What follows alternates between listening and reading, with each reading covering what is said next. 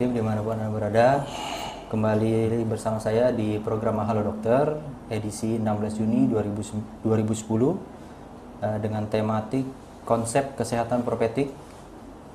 Di studio telah hadir bersama saya seorang dokter spesialis anestesi. Beliau adalah Dr. Ade Hasman, spesialis anestesi, yang pada siang hari ini akan memberikan penjelasan mengenai konsep kesehatan secara propetik tadi. Ya pemirsa TV Kutim, Anda dapat berinteraksi bersama kami di line telepon 0549 22111. Sekali lagi 0549 22111 untuk dapat berdialog interaktif bersama narasumber kami pada siang hari ini. Kita sambut terlebih dahulu narasumber kita pada siang hari ini. Ya, selamat siang Pak Ade. Siang Mas Denny. Ya, Pak Ade, mungkin kita langsung membicarakan topik kita pada siang hari ini mengenai konsep kesehatan propetik. Mungkin apa yang dimaksud dengan kesehatan propetik ini terlebih dahulu yang bisa dokter jelaskan? Ya, pada kesempatan acara Halo Dokter siang hari ini, saya sebetulnya ingin mengemukakan gagasan-gagasan saya yang pernah saya tuangkan dalam sebuah buku. Ya.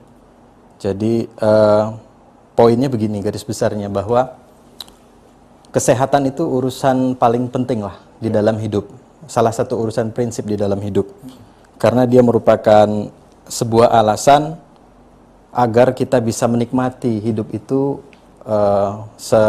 senikmat-nikmatnya, ya. Artinya kalau tanpa kesehatan segalanya tidak berarti. Ada ungkapan yang mengatakan bahwa kesehatan itu bukan segala-galanya, tapi tanpa kesehatan segala-galanya tidak ada artinya. Yang kedua,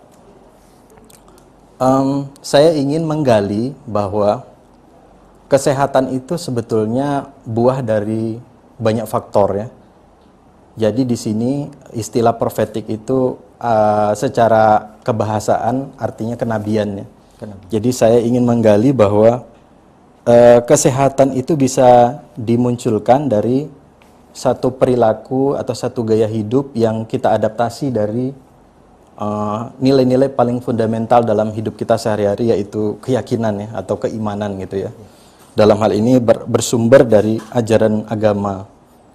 Sehingga kalau perintah agama itu muatan hikmahnya selain sebuah janji-janji kebahagiaan hidup setelah mati nanti, tapi bisa dipetik manfaat praktisnya di dunia ini, salah satu diantaranya berupa kesehatan, tentu orang akan lebih termotivasi untuk bisa hidup sehat yang lebih serius.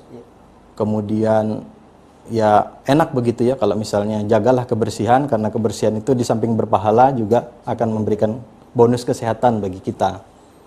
Nah, nanti juga kenapa kesehatan profetik ini saya sosialisasikan, karena kalau kita berbicara kesehatan itu umumnya konotasi yang ada di benak kita itu identik dengan pengobatan saja, padahal kesehatan itu punya tahap-tahapan. Jauh sebelum orang jatuh sakit, itu adalah satu field, satu medan yang harus kita perhatikan secara serius. Jadi berarti ada peribahasa mengatakan lebih baik mencegah daripada mengobati, ya, seperti itu. Iya, betul. Jadi semua aktor-aktor di dunia kesehatan, ya, seperti dokter, para medis, bidan, fisioterapi, atau siapapun yang bergelut dalam dunia formal kesehatan, itu mereka mengerti bahwa kesehatan itu ada 4 step yang harus dilalui, ya. Jadi istilahnya ada preventif, promotif, kuratif, rehabilitatif. Preventif ini artinya pencegahan, ya. Sebelum seseorang itu jadi seorang pasien atau jatuh sakit.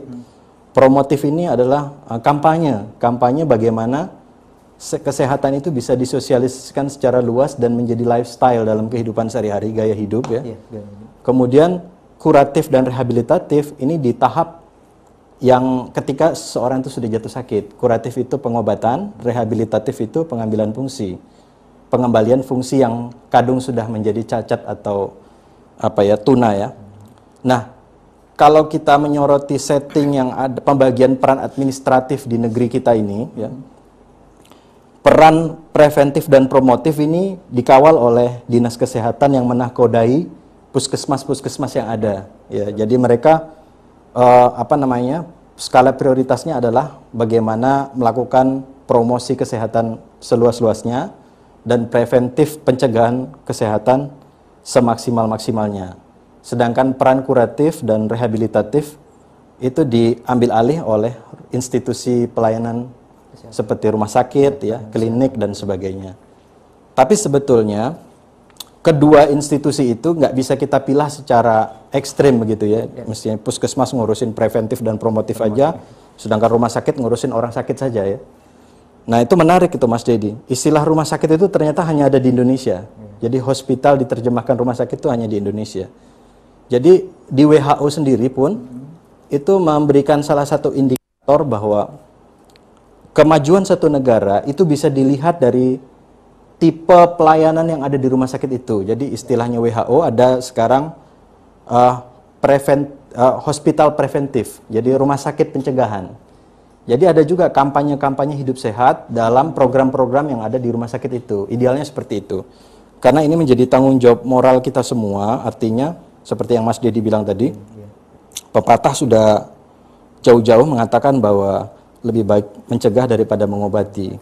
Karena kalau kita berada pada sektor kuratif dan rehabilitasi, itu ongkos, biayanya, tenaga, waktu yang harus dikorbankan sangat luar biasa besar gitu ya. Sekali, betul. Nah, seperti yang saya katakan pada awal tadi, asumsi yang terbangun di masyarakat kalau ingin hidup sehat, dia asosiasinya langsung pengobatan gitu ya.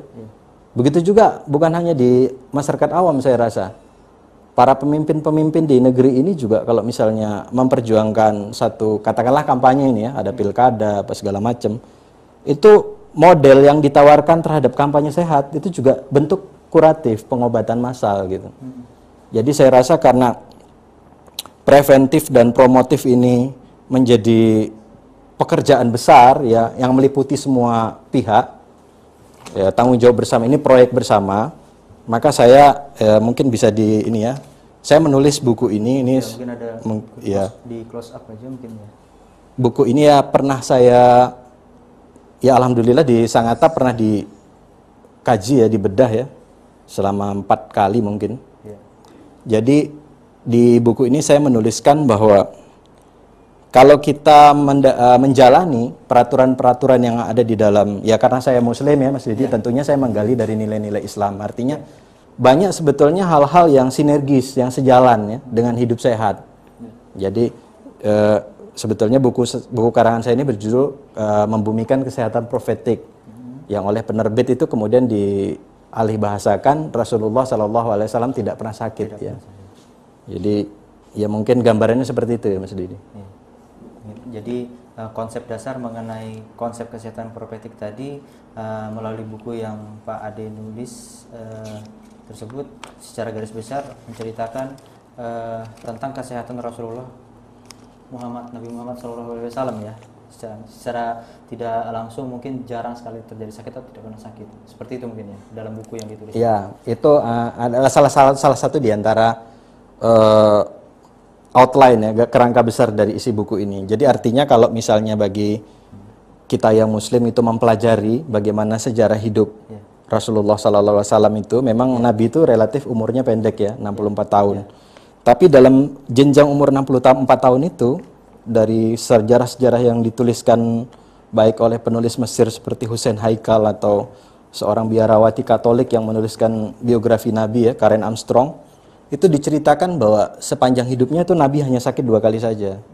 Padahal kita tahu bahwa Nabi Muhammad itu menjalani hidup dengan stresor yang luar biasa, dengan beban kerja yang luar biasa, dengan amanah yang terpikul dan predikat yang luar biasa ya. Dia presiden juga, dia jenderal juga, dia nabi juga ya.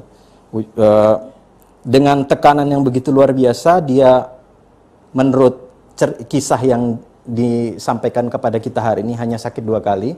Itu menunjukkan sebuah prestasi lah, katakanlah prestasi dari kebugaran fisik yang luar biasa. Saya rasa mungkin tidak berlebihan ya saya bilang, karena saya sudah bergelut di dunia kesehatan hampir 10 tahun ya. Saya belum pernah ketemu itu ada orang yang sepanjang hidupnya cuma sakit 2 kali ya. Meskipun itu orang yang berada dalam lingkup profesi medis sekalipun ya. Jadi mungkin sebelum sampai ke situ, saya ingin mengemukakan sebuah wacana umum ya. Jadi ada penelitian penting ini dilakukan di Amerika oleh seorang dokter namanya David B. Larson ya. Dia dan tim risetnya di American National Health Research Center ya, pusat penelitian kesehatan nasional Amerika itu, dia membandingkan tuh antara orang Amerika yang taat dengan yang tidak taat. Dalam hari ini ya tentu yang sering ke gereja dengan yang tidak ya gitu ya. Jadi menurut hasil penelitiannya itu ya ini agak mengejutkan. Ternyata orang-orang yang taat beragama itu insidensi atau angka kejadian penyakit jantungnya 60% lebih sedikit. Kemudian tingkat prevalensi atau angka kejadian bagi penderita tekanan darah tinggi juga 80% lebih sedikit 80% lebih kurang dibandingkan dengan yang kurang taat. Sedangkan untuk kecemasan dan depresi itu sekitar 70%, dan untuk tingkat suicide, bunuh diri hampir 100%.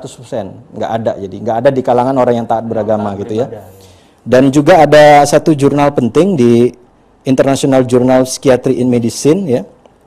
Itu dilaporkan bahwa orang yang tidak berkeyakinan agama, itu tidak memiliki agama formal ya, mungkin ateis ya, katakanlah gitu ya. Ya, itu menjadi lebih sering sakit dan 2 kali resiko lebih menderita penyakit gastroenterologi ya, lambung, usus dan sebagainya. Dan tingkat penyakit akibat pernafasan lebih tinggi 66%, dan life expectancy, angka harapan hidup menjadi lebih